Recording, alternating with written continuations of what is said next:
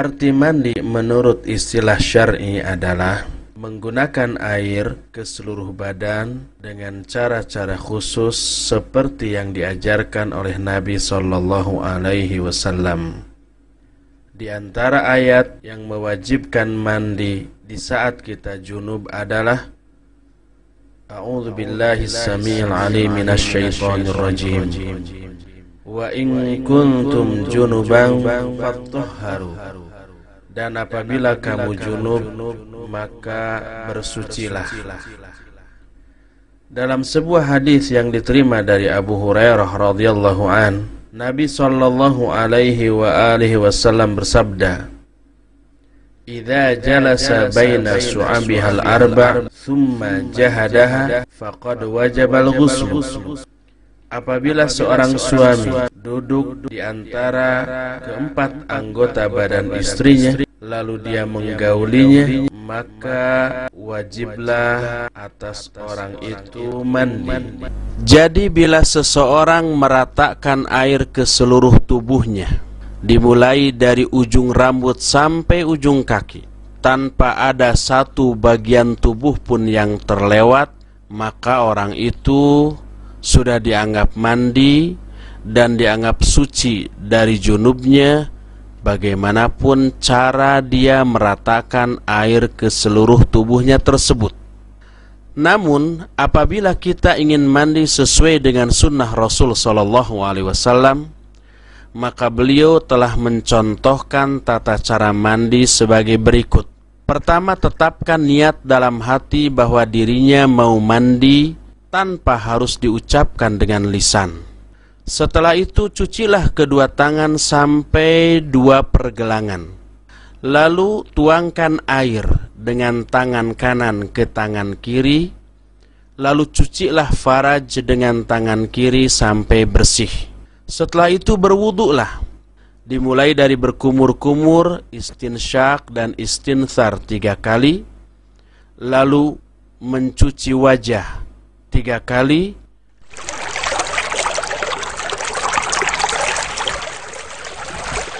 kemudian mencuci tangan kanan sampai sikut 3 kali, lalu tangan kiri sampai sikut 3 kali, kemudian mengusap rambut dan kepalanya serta kedua daun telinga hanya 1 kali. Sampai di sini kita tidak melanjutkan kepada mencuci kedua kaki, karena kedua kaki diakhirkan seusai mandi. Kemudian basahi tangan kita, kemudian masukkan jari-jari tangan ke pangkal rambut serta membasahi rambut sampai merata. Setelah itu guyurkan air ke atas kepala 3 kali guyuran.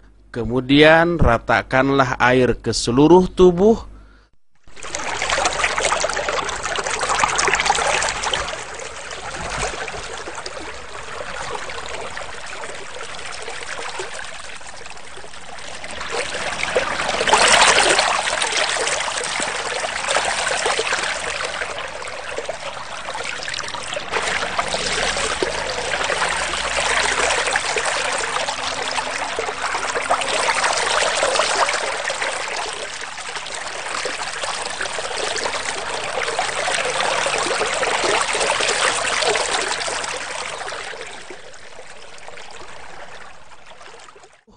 Setelah rata, barulah mencuci kedua kaki 3 kali.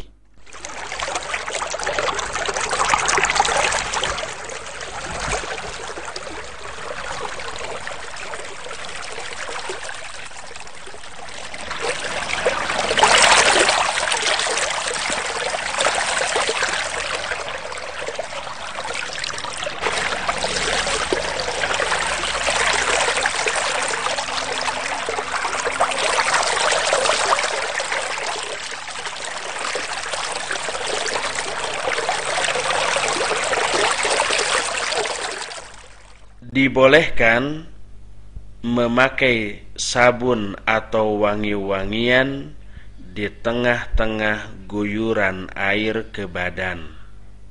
Setelah mandi, Dianjurkan bagi para wanita untuk menggunakan kain yang telah diberi minyak wangi, lalu diusapkan ke bekas darah yang ada pada kemaluannya hingga hilang baunya, meskipun wanita itu sedang berkabung ditinggal kematian suaminya. Tata cara mandi tersebut didasarkan pada sebuah hadis dari Aisyah radhiyallahu anha. Kata Aisyah, kana Rasulullah sallallahu alaihi wa alihi wasallam idza ightasala minal janabati yabda'u fayaghsilu yadayhi thumma yufrighu bi yaminihi ala shimalihi fayaghsilu farjahu thumma yatawaddau thumma ya'khudhul ma'a fayudkhilu asabi'ahu fi usuli sya'r thumma hafana ala ra'sihi thalatha hafanat thumma afadha ala sa'iri jasadih thumma ghasala rijlaihi, muttafaqun alaih. Kata Aisyah, adalah Rasul sallallahu alaihi wasallam apabila beliau mandi dari janabat, beliau memulai dengan mencuci kedua tangannya. Kemudian beliau menuangkan air dengan tangan kanan ke arah tangan kiri dan mencuci farajnya dengan tangan kirinya. Kemudian beliau berwudu. Kemudian beliau mengambil air lalu memasukkan jari-jari tangan ke pangkal rambut. Kemudian beliau mengguyurkan air ke atas kepalanya 3 kali guyuran. Kemudian beliau meratakan air ke seluruh jasadnya.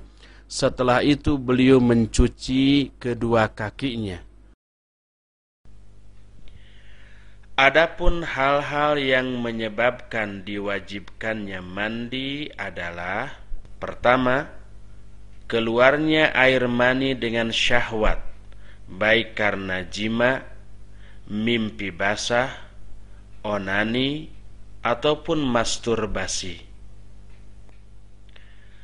Kedua, bertemunya dua kemaluan antara pria dan wanita sekalipun tidak menyebabkan keluarnya air mani. Ketiga, habisnya masa haid ataupun nifas bagi para wanita yang mengalaminya. Dibolehkan memakai sabun atau wangi-wangian di tengah-tengah guyuran air ke badan. Setelah mandi, dianjurkan bagi para wanita untuk menggunakan kain yang telah diberi minyak wangi, lalu diusapkan ke bekas darah yang ada pada kemaluannya hingga hilang baunya, meskipun wanita itu sedang berkabung ditinggal kematian suaminya. Disunnahkan mandi pada waktu-waktu berikut ini. Pertama, ketika kita akan melakukan sholat Idul Fitri ataupun Idul Adha. Kedua, pada hari Arafah. Ketiga, ketika hendak ihram, baik untuk umrah maupun untuk haji. Keempat, sebelum memasuki kota Mekah. Kelima, ketika hendak mengulangi jima atau menggauli istri. Keenam, setelah memandikan mayat. Ketujuh, setelah menguburkan orang musyrik. Kedelapan, setelah sadar dari gila atau pingsan. Kesembilan, setelah dibekam. Dan yang kesepuluh, seorang wanita yang mengalami istihadhah, dia disunnahkan mandi setiap akan sholat atau ketika akan menjamak antara dua sholat.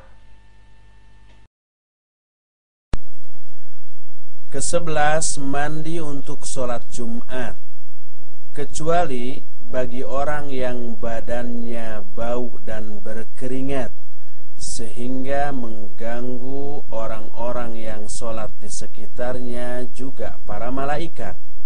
Maka bagi orang yang seperti itu, mandi Jumat menjadi wajib baginya. Ke-12, orang kafir atau orang yang pernah murtad kemudian masuk Islam.